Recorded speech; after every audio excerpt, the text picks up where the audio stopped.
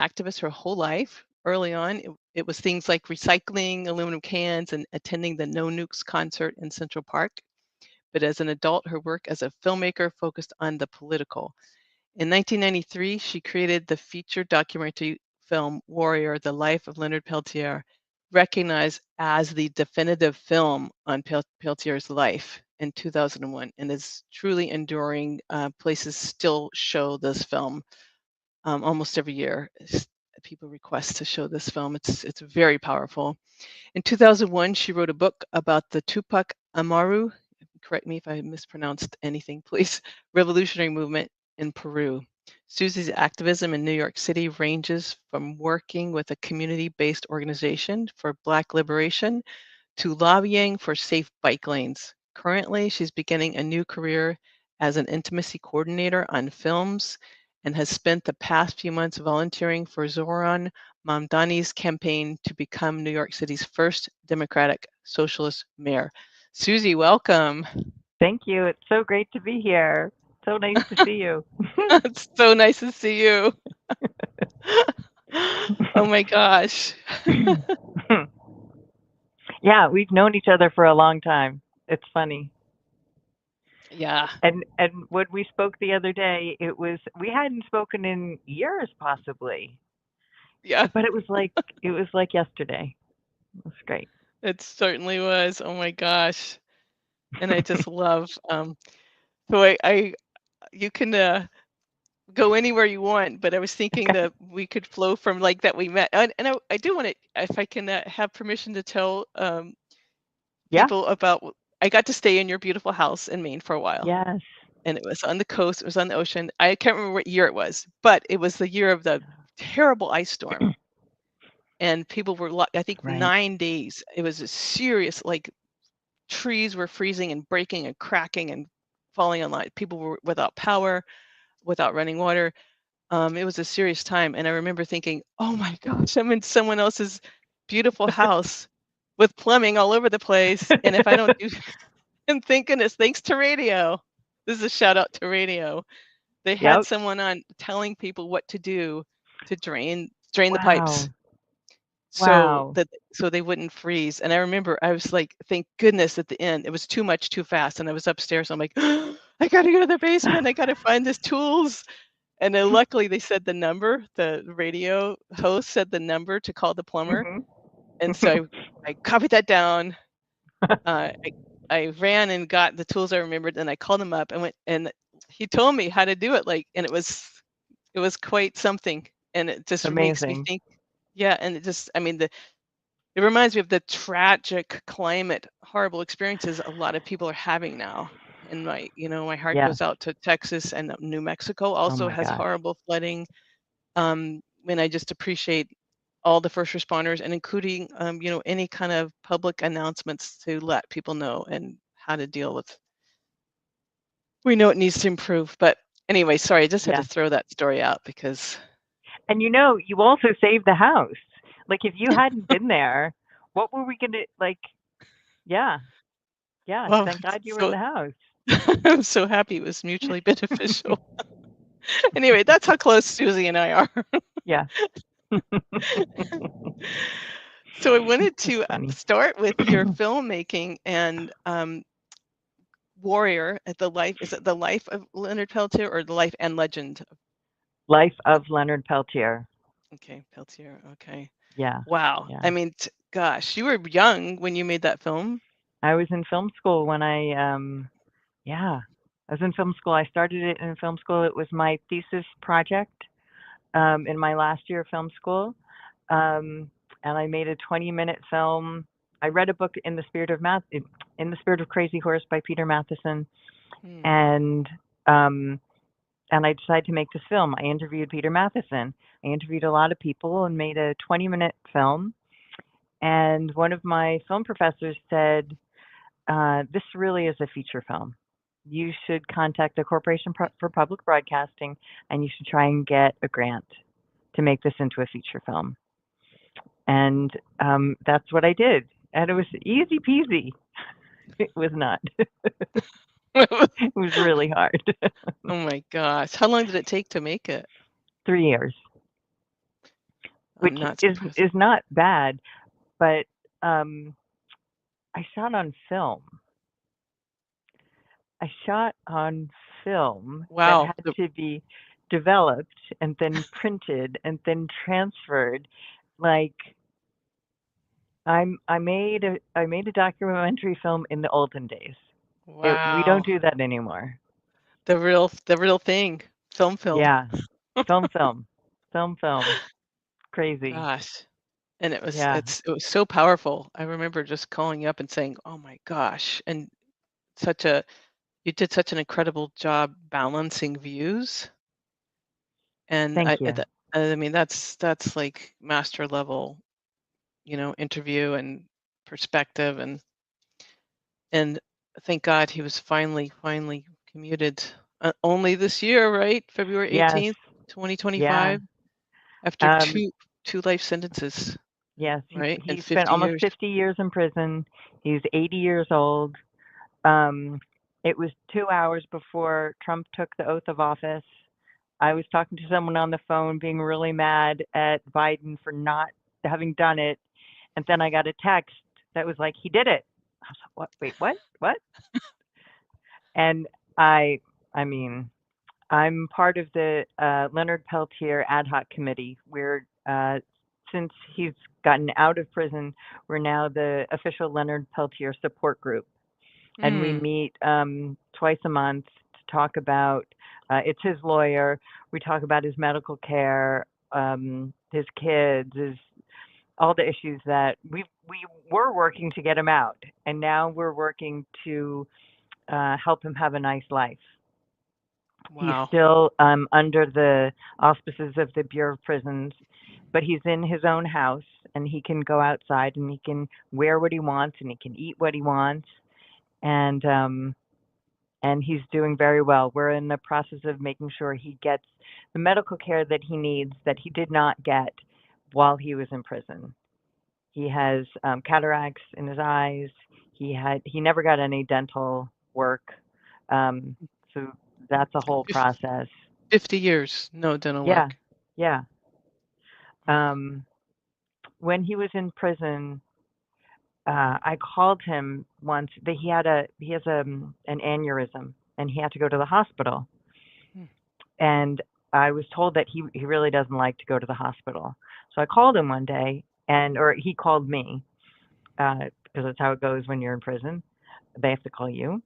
He called me, and I was like, Leonard, you just have to go to the hospital. And he said, Suzie, they chain me. My arms are chained to the either side. My legs are chained to either. This is an 80-year-old man. He said, I can't move. Mm. I would rather be in pain in my cell than in a hospital chained on all fours. And so even when he did get medical care, it was not great. It was a bad circumstance. Now he's able to go to a doctor or a regular doctor, and the Indian he's from the Turtle Mountain Mhm. Reservation in North Mm, Dakota, and that's mm. where he is right now. Um, and people should write him letters. I can give you information if you want, if you can post it somewhere. Sure, yes. But Rebel can post it if you want to type it awesome. into the chat box on the bottom right. I will Uh, find. I don't have it right now. Okay. I can Okay. post it with the podcast later. Okay. Awesome. Wow, I heard his health was declining, and thank goodness. Yeah. And thanks for being on the support team. And I'm so happy he's Yeah. in his home community in Turtle Mountain Yeah. and getting the care he needs. Yeah. It's expensive, which blows my mind. And he's on Medicaid or Medicare or whatever, which is now in jeopardy. Um, but we're actually looking for some benefactors to come forward and help pay for his medical care. He's an elder in the community. He's like Nelson Mandela and is honored and shouldn't have to deal with this. Mm. Yeah, it's hard. Oh gosh. Well, thank you Yeah, again for supporting, and we'll add that. contact information. Sure. Awesome. Yeah. Wow, so you finished film school, you got the grant, you connected with producers, a production company, you made the film. It's showed every single It was year. my production company. Sorry Oh, to interrupt. It was my oh, production. I did everything. Yeah. even better. I had an executive producer, but that was anyway, yeah. It was yeah. And from there I was like, "Oh, I'll just make another film." And it wasn't so easy. Hmm. It was really hard to find a subject that I was really interested in. It was hard to find funding. I finally I eventually I worked on other people's films, other people's projects. Maggie Hadley West directed a film called War Zone about verbal violence on the streets of America, and I Hmm. produced that. Hmm. I worked with Sasha Wolf on a narrative film, and then I decided I would make my new subject would be about Lori Berenson. It's a very long story. I won't tell the whole story, but Lori was a young woman who went to Peru to be a freedom fighter, sort of, a peace activist, um, and was arrested very quickly. She had been in El Salvador. She went to MIT. She left MIT to go to El Salvador to work with the FMLN, then went to Peru to work there and was arrested and given a life sentence for Hmm. being a traitor. Wow. She was given a military trial. I worked on this film for 20 years, and it and got several grants. Worked on it a lot, and but it never. At the end, in the end, she decided she did not want to be part of the film. Hmm. So initially she had said yes, but at the end she decided not to. But I learned so much about the group that she had joined, the Tupac Amaru Revolutionary Movement, the MRTA, that I was asked to write a small book about the group. And it's a very interesting group. Hmm. It's a long story, but Shining Path and the MRTA were the two groups. Shining Path was much bigger and more So violent. a whole. MRTA was started peacefully but got a little violent. Hmm. The Shining Path was pretty violent the whole time. And the Peruvian government was always very violent. The Hmm. military. Anyway. God, there's so much to know. Yes. And you So know much. what? Someday I may make that film Hmm.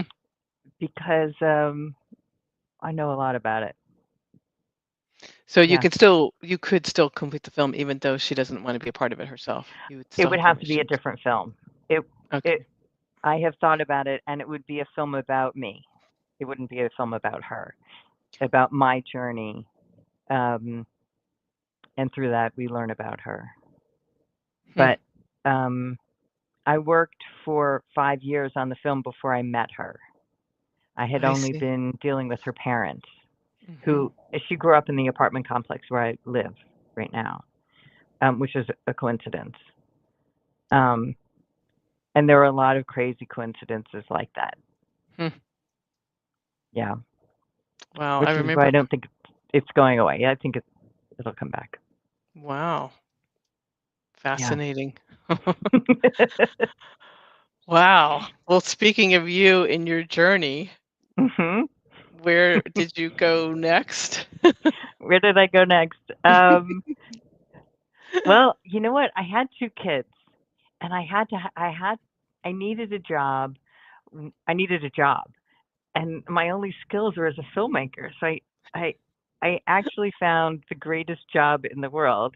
It's a 9 to 5 job where I make films, and that's at the Fashion Institute of Technology. I've been there for more than 15 years, and I make small films for the school. It's um, it's using my only marketable skills. I'm glad you enjoy it. I do. Thank you. Yes. You're welcome. Well, oh, it'd be fun to check out some of those films for the school. I'll tell you, I do a lot of work with the museum at FIT, which is an incredible museum. If you ever come to New York, anyone comes to New York, it's free, and it's an amazing museum. And I do a lot of work with the museum. A lot of the exhibitions have a video that goes with it, and we do interview people, and it's fun. Yeah. That's awesome. Yes. And then in the meantime, I am in the process of switching careers, and I'm studying to be an intimacy coordinator. Is that what you were going to ask about? No, not yet. I Yeah, really want okay, all right. We'll everybody to come hear back. about that because I had no idea what an intimacy coordinator was until you told me the other day.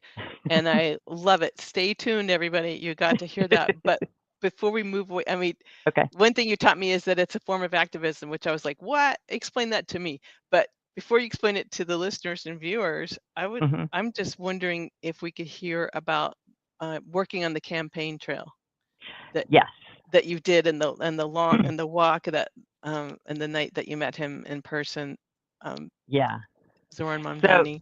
Zohran Mamdani, he's my man. He's just he is the light in these dark times. I Hmm. like I could cry. This he's just so good. Um, I'll tell you the beginning of the story. I A couple months ago, I think it was March, I got an email to fill out a survey for the city. And I like to fill out the surveys for the city. I love New York City so much. Hmm. And I want it to be so much better than it is. And it's Mm. amazing. But anyway, uh, so I'm filling out the survey, and the mayoral election's coming up, and it says, so who are you going to vote for? And I say Brad Lander. He was the leading Democrat in the race, and they're like, anyone else on the list? I'm like, no, I'm not interested in anyone else. And it would say, what if the person said this? And it was something positive. It had free buses. I was like, great, but that's not going to happen, and that person can't get elected. This survey went through pages and pages, and by the end, it was like, we understand that you don't think this person could get elected. We understand that you don't know who this person is, but hypothetically, if someone said these things, would you vote for that person? And I was like, yes, of course I will.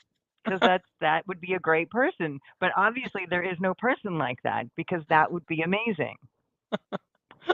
And and that person was Zoran. And I asked a friend of mine who works in city politics, have you heard of this guy? And she's like, yeah, he's really good. And that was the first time I had ever heard of him. And I still, like, when I finished the survey, I was like, well, yeah, I know he sounds great, but he can't get elected. But then my friend said he is great and maybe he could. And that's when I started doing research about him. And he exploded on Instagram, and and they kept saying, he's so cute and he says great things. And then he's like, we need volunteers. At one point, one of his things was, stop, you can't send me any money, no more donations, don't send money. We've raised all the money we are allowed to raise, $8 million from 20,000 people. Like, but we do need you to volunteer. And I was like, okay, That's an where unusual. do I sign up? And they made it real easy. And I just started knocking on doors. And I'm not kidding. I knocked on more than 1,000 doors. And I Wow. talked to hundreds of people. And it it's really nice to talk to someone when you care about the person you're talking to them about. There are Mm. plenty of people who said, I have no idea who that guy is. I said, great, let me tell you about him. This is what, these are the things he wants, and this is what he can do. And yeah, I got a couple people who said that they were going to vote for Cuomo, Andrew Cuomo. You have a national audience. Do you know who Andrew Cuomo is? Absolutely. We do. He's a terrible person. He's a former governor of New York, sex abuse charges, spent millions of New York State taxpayer dollars for his defense in these charges that these women filed. He's just awful.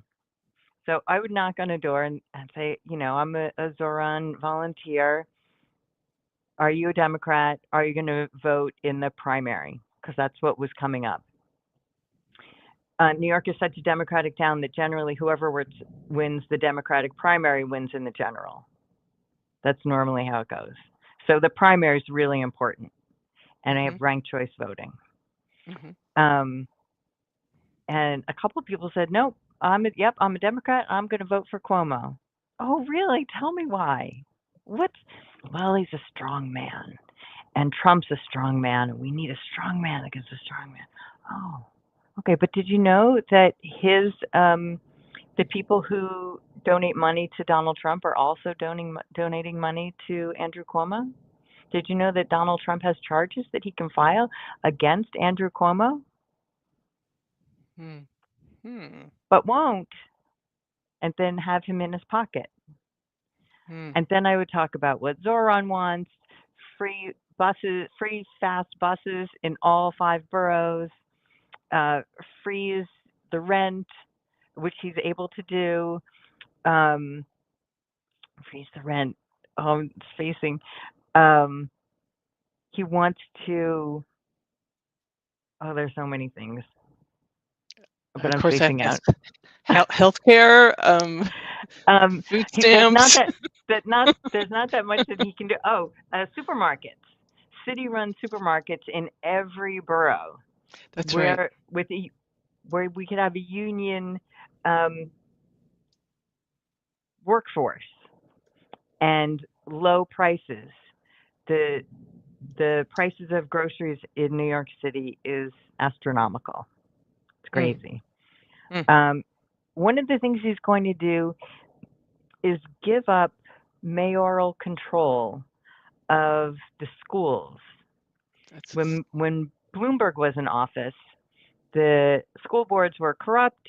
He consolidated and said the mayor's going to have control, and the mayor will choose a chancellor for the school system. But ultimately, the mayor was in charge, and the idea of one person being the mayor of the biggest city in the country and in charge of the biggest school system in the country is ridiculous. Yes. And every mayor says that oh no, we'll figure something out. Oh, we'll figure something out. This is the first person who says, I'm going to give up power. It is too much for one person, and we're not going to go back to the old ways, and we're not going to have it the current way. We're going to figure out a new way. And that's incredible. That's incredible. That's very refreshing. Right? Like, don't give me money, number one, and we're gonna give away some power. I'm gonna put power back into the hands of perhaps educators about education. Right? Just, I think it was today or yesterday, the teachers union said that they were supporting him, which is amazing. That makes sense. Yeah. So I was canvassing for weeks in the rain. Like I canvassed for Harris in Pennsylvania, but I did more. I have never worked so hard for a candidate in my life. I think he's just that good. Yeah. So I canvassed for several weeks. I got my Zohran card. Oh, I don't have it. And then it seemed like I was better suited to use my car. So I have a car, and I just drove materials, signs and tables and tents from one part of Brooklyn to Upper Manhattan to the Bronx so I was driving all over the city. It, Wow. and going to the office where you pick up the materials to put in the car, and some strong person puts it in my car, and then I drive it all. And every single person, I'm not kidding, is beautiful and working so hard. Like they all have a smile on their face. I could also be the parent of every single one of them. They're Well, also young. well, smiles are beautiful. It Yes, just shows the love, which yes, is the real yes. beauty. Yeah. Yeah. Oh, and everyone was different. Oh, it was incredible. It was incredible. I did a lot of jobs in that office and the driving around. And then, right, this is the story. And then, Uh, it was a Sunday, and I think it was Sunday. Yeah. Um, I had gone uh, to a mosque in the Bronx. I'd never been to a mosque before, I'm ashamed to say, but now I have.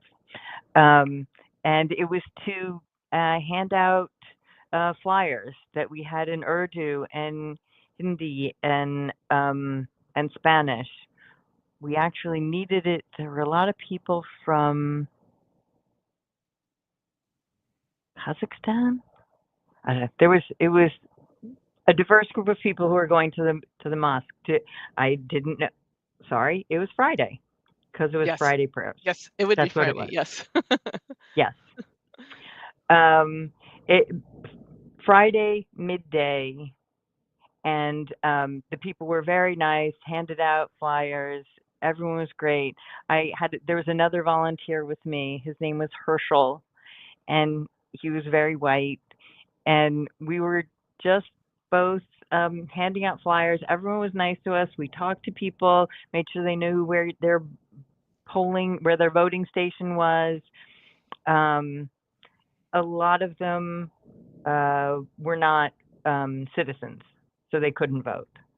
Um, but it was really nice. And I got to go to Arthur Avenue in the Bronx where there's lots of Italian food. And anyway. And I also put up posters in the Bronx, and they loved to see the Zohran posters. That was great. Anyway, I had a whole full day on Friday. I came home, Okay. lie down on my bed. I'm like, that was good work. I did good work. That's great. And then I get a text. Did you see Zohran is walking from the top of Manhattan to the bottom of Manhattan? Oh my Now, God. how far is that for us non-New Yorkers? How long a walk is that? I'm going to say, I 7 to 10 miles, Whoa. Okay. Okay. 7 miles, 6 miles. I could Google it. That's Um, okay. Sorry to well, I'll tell detract from you, your he story. started at 7 in the morning. No, he started at 7 at night, and he got there at 2 in the morning. It was 7 hours of walking. Okay. 7 hours. Um, I live, if you look at Manhattan, I'm kind of in the lower middle area. I live on Okay. 23rd Street. Okay. So I was like, oh, and my friend who lives uptown told me about it. I was like, oh my God, he's walking all the way down. Well, that's going to take a long time. I don't have to run anywhere right now. Let's figure out where's he going to go? How's he going to walk? I'm trying to figure it out. I'm looking on Instagram. I'm looking on Twitter. I'm looking like and then I'm in some group chats with volunteers. And I'm like, has anyone seen him? Do you know where he is? And I decide it's going to be 5 hours. It's going to be 4 hours from now. I don't have to like find him this minute. So I rested a little, went out with my kid and walked around the city a little bit, and then came home and I was like, you know what? I'm going to find him. I'm going to find him. And I did the math, and what I figured out was he should get to 23rd Street by midnight. So I 23rd, if he walks down Broadway, which would make sense, Mm-hmm. and got to 23rd Street, that there is a park there. It's called Madison Square Park. The Flatiron Building is there.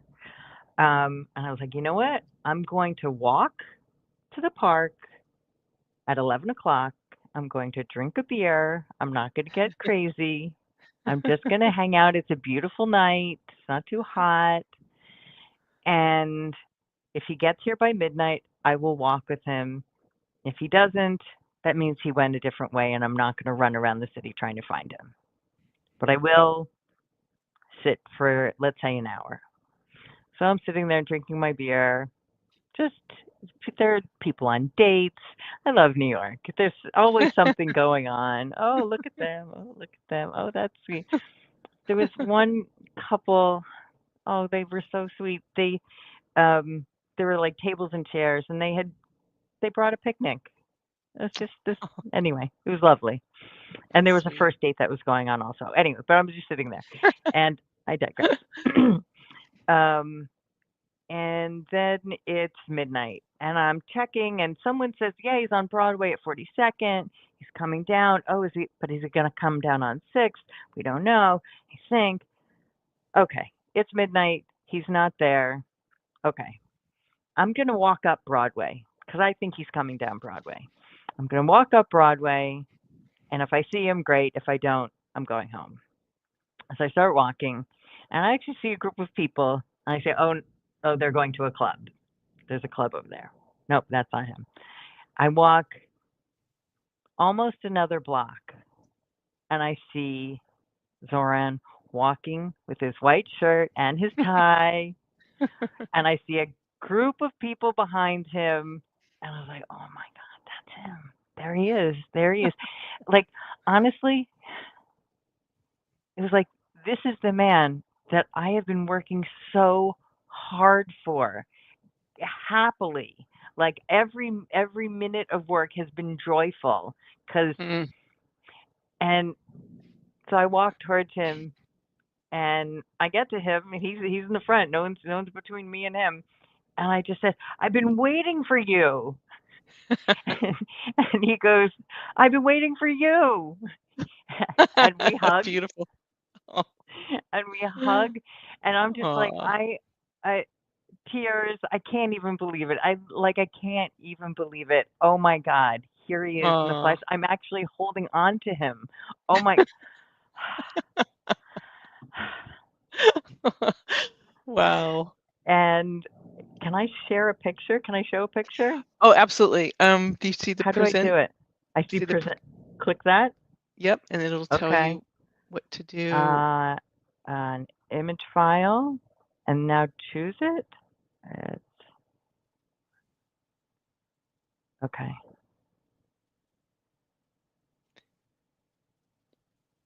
There Oh, we go. there it is. Ah, That's there it me. is. Wow, 12, 12:05. 12:05. That's exactly what you just described. White shirt, tie, huge crowd behind him, you guys hugging each other. Yep. You Yep. wow. And my face, I'm like, I can't even believe it. I cannot believe it. This is Yeah. here's the man. Oh my God. Oh my God. Oh, Yeah. sweet. That was amazing. So if we hugged for a little bit longer than maybe was appropriate, but that's fine. And You then worked your someone tail like, off. what? Yes, exactly. And then someone grabbed my phone because they're really thoughtful and started taking pictures. That's how that picture happened. And I got my phone back and I go, oh, my pictures. And then I just started walking, and we walked for 2 hours down, and we didn't stay on Broadway. We went all kind of a circuitous path. Everywhere we went, people honked the horn. They're yelling. There are people, eating on the sidewalks, the outdoor cafes. Woohoo! Ron! Oh my God, there he is! People jumping out of their seats to take a picture with him. Like, incredible. Wow. Sounds jubilant. Excuse me. I want to share one more picture. Yeah, you can share as many as you have. Hold on.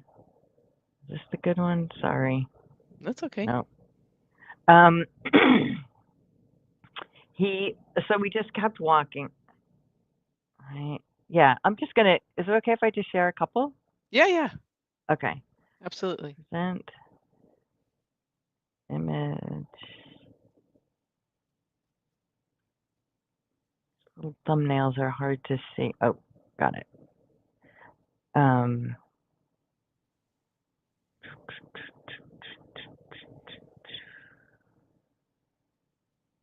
Sorry. That's Oh, okay. here.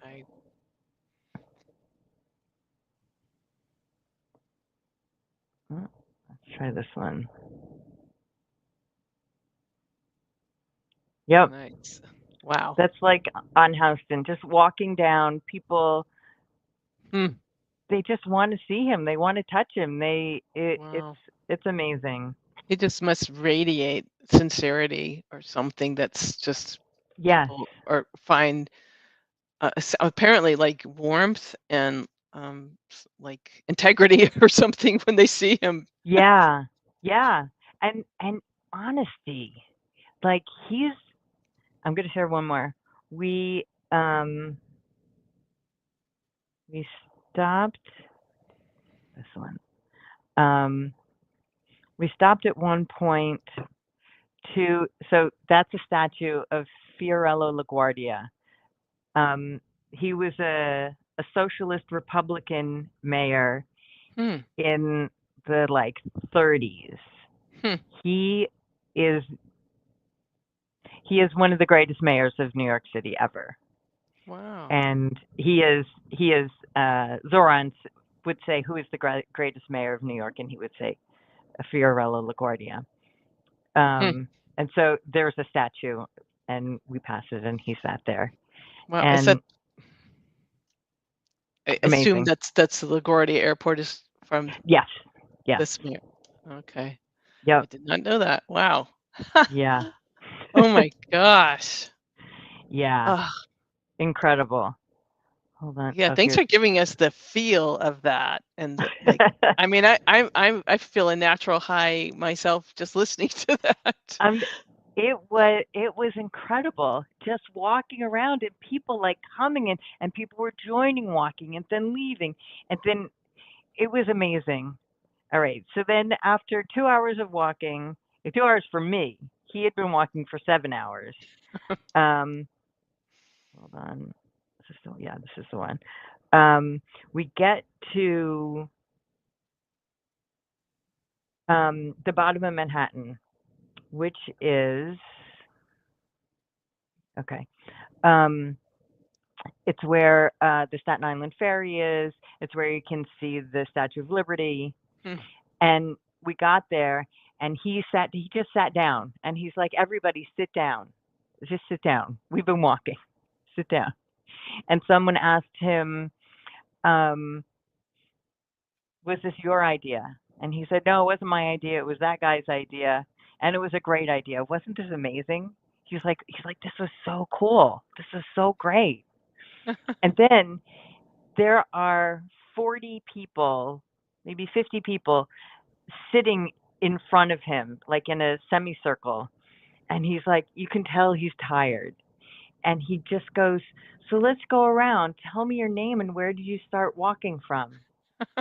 And we just went around every single person said their name and where they started.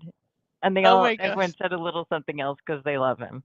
Wow, But talk like, about inclusion and creating a sense of belonging. right. Oh my God. Wow. Amazing. Yeah. This is so amazing. Oh my gosh. Well, I maybe wasn't fair to you because we only have 9 minutes left. So we Oh might have to no. Okay. we might have to have you come back, but I don't know. I would just want to make sure you get to tell people what uh Yes. being an And I'm intimacy going to share coordinator one is. more picture. I'm sorry. Hold on. Okay. I need to share one more No, picture no, because no. it's more important. Hey, 49. it's your Okay. voice. You choose. You choose how this time is spent. Thanks. This one. So he was in Upper Manhattan on a very hot day, and there were a million people out, and everyone's speaking Spanish. And my friend was there, and she's like, "Give me your phone. Go stand next to him." I finally got next to him, and I was wearing my shirt. One of the biggest issues. We're just going to talk. We'll talk about intimacy coordinating another day. Okay. Zohran did not create a lot of merch, like nothing practically. I think a lot of his campaign money had to go to security, and we Mhm. all want him safe, so do that. Yeah. But random people made merch. This T-shirt was made by Mm. one of the volunteers, and he made 20 shirts. And he just Oh, said on the group chat, "I made some shirts. Do you want one? Oh, you can have it for $10." wow. This guy spent all day in his apartment ironing on. I don't know exactly how he did it, but like making these shirts. I mean, I used some platform and I made bumper stickers because I needed something on my car that said "I love Zohran." Come on. So was this this is a different time when you saw him out Yes, on the this is street? another time when I met him twice. Yes, I met him twice. Okay. And this was apparently during the day in Yes. a Spanish-speaking neighborhood? Yes, and I'm not sure if you can tell, but his white shirt is completely soaked. It was so hot. And when he got there, he was wearing his jacket. Wow. And someone was like, "Dude, just take the jacket off. Please, please take the jacket off." And Well, in that 20 minutes that maybe half an hour, he spoke to hundreds of people. He got an icy from a woman, he got a donut from another guy, and he got a pastry, and he got a a cold coffee drink from all the local stores. nice. Yeah, yeah. Wow. Gosh. You know what? You Another thing he wants to do. Sorry, I'm just going to keep going. That's okay. Thanks. It's my voice, right? That's right. um, he wants to he wants to make the city safer, and one of the issues is our unhoused population, many of whom have some mental health issues. Mhm. Our current mayor, Eric Adams, um, wants to pull people off the street and put them in shelters and put them in facilities, whether they want to or not. Take them out. No, people don't think that they're safe, and that's not fair. There are plenty of people who are unhoused and have mental illness and are safe. Mhm. Zoran's plan is to create one in the subways. There are a lot of former stores in the subway stations. Not Hmm. every subway station, but some of them have. They used to sell stuff. Turn that into a mental health clinic. Hmm. He wants to stop cops from responding to mental health calls and have a whole different department. This is why some cops really support him. I There's a bet. lot of I cops bet. who support him I because bet. he says this is not what you were trained for. That's right. And they would Even my agree. brother, who was The a ones I cop. know. Mhm. Yep. Right? It's not what they were trained for. And there should be a whole different group of people who are Mhm. trained for this who answer these calls. So if they're right there in the subway system, they can get there faster. He Wow. also, right, right. He also, I just heard him talk about it today, and I don't remember what it's called. Clubhouse. There's something called a clubhouse for unhoused people with mental health challenges. I don't know what it is, but he said there's one that's already in effect in New York City called, I forget what it's called. Um, but he sees a problem and finds the healthy, respectful way to try and solve that problem. What an I idea. Well, I heard someone, and I know this is, not your field, and we do not have time to discuss it, but I just wanna mention that I, heard someone interviewing him saying, "Okay, how are you gonna pay for all this?" Which is always a good question, right? Mhm. People are Mhm. gonna wanna know. But I imagine, do you know where people can find the information? Is that, like, spelled out on the website? Or how do people who are wondering, like, "Oh, that sounds so great, but how's he gonna Mhm. pay for it?" Right. Do you do how can we find the answer to those questions? Well, you can go to his website, zohranmamdani.com. Also, what he has said is that he wants to tax people making over $1 million 2% more. And corporations have the tax rate be the same as New Jersey, which is 4% higher. This has to be approved by the governor. Right. But what I know is that if he has the support of most of the city, he has now gotten more votes than any mayor in the history of New York City. That's telling you something. Yeah. Well, it's going to be interesting to see how the relationship between him and the governor evolves. Yes.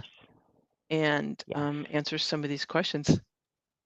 Wow, I love your enthusiasm. I love learning about this man who's, already striking the consciousness of America.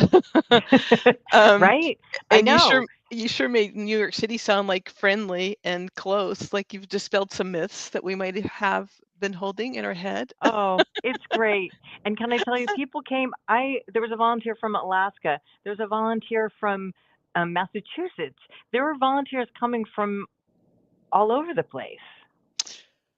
Wow. Well, we have like 2 minutes left, but thank you for the Zohran Mamdani continued campaign.